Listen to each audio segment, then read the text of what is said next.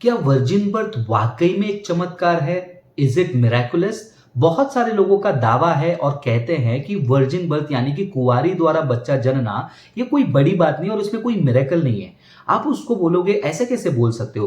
क्योंकि natural process में पुरुष का बीज यानी कि स्पर्म और फीमेल का बीज यानी कि एग जब दोनों साथ में आते हैं तो जाइगोट फॉर्म होता है और वो जाइगोट के द्वारा बेबी बनना शुरू होता है। लेकिन जब हम मरियम और यीशु मसीह के केस में बात करते हैं, यहाँ पर तो पुरुष का बीज यानी कि स्पर्म तो इस्तेमाल हुआ ही नहीं। जब पुरुष और स्त्री का बीज कनेक्ट हुआ ही नहीं तो ये बेबी बनेगा कैसे? इसीलिए मिरेकल है।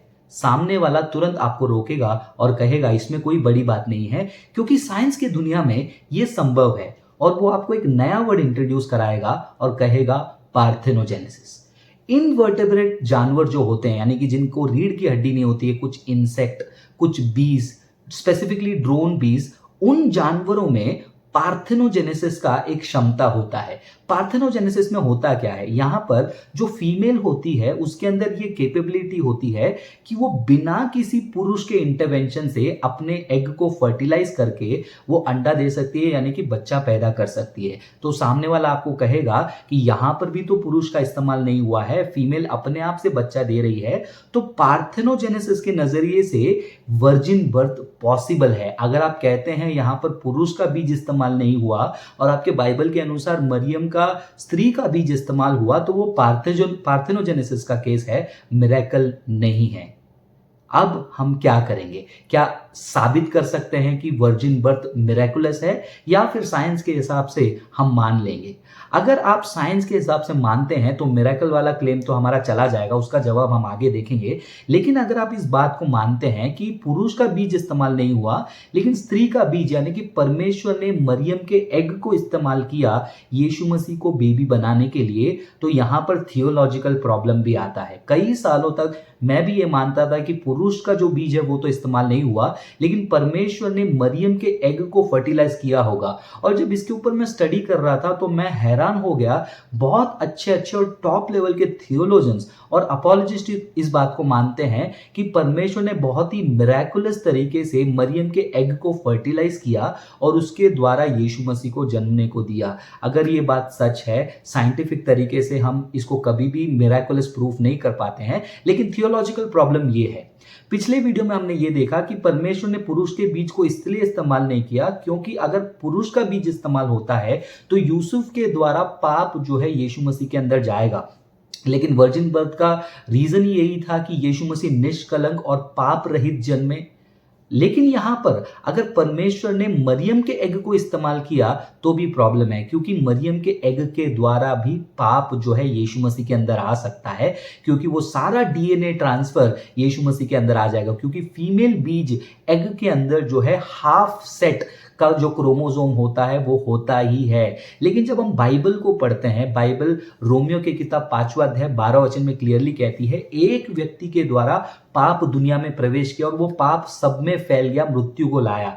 अगर ये बात सच है, ये वचन के अनुसार मरियम के अंदर भी पाप था। अगर मरियम के अंदर पाप था और परमेश्वर ने उस एग को इस्तेमाल किया तो गारंटी है यीशु मसीह के अंदर भी वो पाप जो है डीएनए के थ्रू और बाकी चीजों के द्वारा ट्रांसफर हो गया। तो यीशु मसीह का जन्म ना केवल साइंटिफिक तरीके से नॉर्मल हो गया और यहां पर थियोलॉजिकल प्रॉब्लम भी खड़ा हो गया, यीशु मसीह निष्कलंक और निष्पाप नहीं है।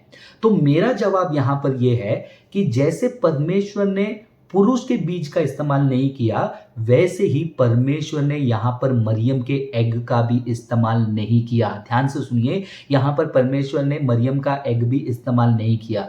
यह मिरेकुलस इसीलिए है क्योंकि परमेश्वर ने यहां पर सिर्फ और सिर्फ मरियम का यूट्रस का इस्तेमाल किया, यानी कि गर्भाशय का इस्तेमाल किया। और जब हम वचन को पढ़ते हैं, लूका की किताब 1 अध्याय वचन 34-35 सब जब आप पढ़ते हैं, वहां पर जब एंजल आकर, स्वर्गदूत आकर मरियम से बात करते हैं, वो कहते हैं कि तुम पर पवित्र आत्मा का साया होगा, the Holi spirit will overshadow you. और जब ये वर्ड स्टडी हम करते हैं तो हमें पता चलता है कि पवित्र आत्मा का साया का मतलब परमेश्वर ने पवित्र आत्मा के द्वारा यीशु मसीह को बालक के रूप में मरियम के कोख में रखा।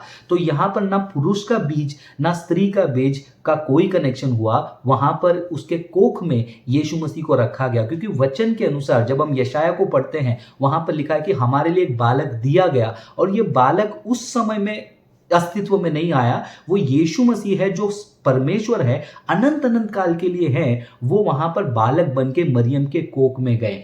इसीलिए हम कहते हैं कि वर्जिन बर्थ, बिब्लिकल वाला जो वर्जिन बर्थ है वो यूनिक है। लेकिन जो साइंस के साथ जोड़ने की कोशिश करता है और पार्थेनोजेनेसिस वाले प्रोसेस को यूज करता है, वो न केवल उसको नॉन मिरेकुलस बता देता है और साइंटिफिक तरीके से बाइबल को जोड़ने की कोशिश में थियोलॉजिकल ब्लंडर कर देते हैं, क्योंकि मरियम का एग इस्तेमाल होना यीशु मसीह के निष्कलंक और निष्पाप पैदा होने पर सवाल खड़ा करता है। तो आशा करता हूं आपको समझ में आया कि यहाँ पर नॉर्मल प्रोसेस से वर्जिन बर्थ टोटली अलग है, और जो साइंस का जो पार्थेनोजेनेसिस है वो वाला प्रोसेस भी हम यहाँ पर मानते नहीं है। मरियम का जो वर्जिन बर्थ है वो टोटली, यानी यीशु मसीह का वर्जिन बर्थ मरियम के द्वारा वो टोटली यूनिक है, और यहाँ पर यीशु मसीह निष्कलंक और निष्पाप पैदा होने के लिए परमेश्वर ने ये जरिया चुना। अब आपके अंदर एक और सवाल आएगा, ठीक है फ्रांसिस भाई मैं समझ गया, पिछले वीडियो में हमने देखा पुरुष का बीज नहीं आया तो यीशु मसीह के अंदर वो पाप नहीं आया।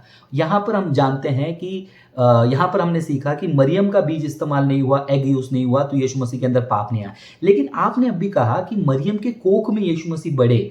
जब वो बेबी किसी स्त्री के कोख में बढ़ता है तो वो बेबी सारा नरिशमेंट उस स्त्री से लेता है, तो क्या मरियम का ब्लड वो बेबी के लिए इस्तेमाल नहीं हुआ? अगर ब्लड भी इस्तेमाल हो गया बेबी के लिए तो वो यीशु मसीह के अंदर तो पाप आया होगा।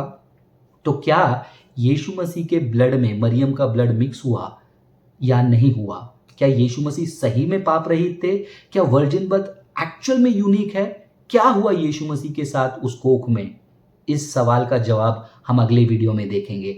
इस वीडियो को जितना हो सके उतना शेयर करें। डिस्क्रिप्शन में मैं 2 वीडियो का लिंक दे रहा हूं अगर आप ये वीडियो पहली बार देख रहे हैं। इसका पार्ट 1 मैंने ऑलरेडी बनाया है, उसका लिंक डिस्क्रिप्शन में है। और दूसरा जो वीडियो है वो इस बात को आंसर करता है कि वर्जिन बर्थ अगर मिरेकल है तो क्या साइंस मिरेकल को अलाउ करती है, उसका लिंक भी डिस्क्रिप्शन में है। दोनों वीडियो को देखना। एक बार फिर से कहता हूं, इस वीडियो को ज्यादा से ज्यादा शेयर करना और कमेंट में लिखना आपको नया क्या सीखने मिला, और इस चैनल को सब्सक्राइब करके फॉलो कर लेना। पिंड कमेंट में हमारा व्हाट्सएप चैनल का लिंक दे रहा हूं, हमारे चैनल को व्हाट्सएप में भी फॉलो कर लीजिए, क्योंकि नया वीडियो आते ही लिंक पहला वहां पर पोस्ट होता है।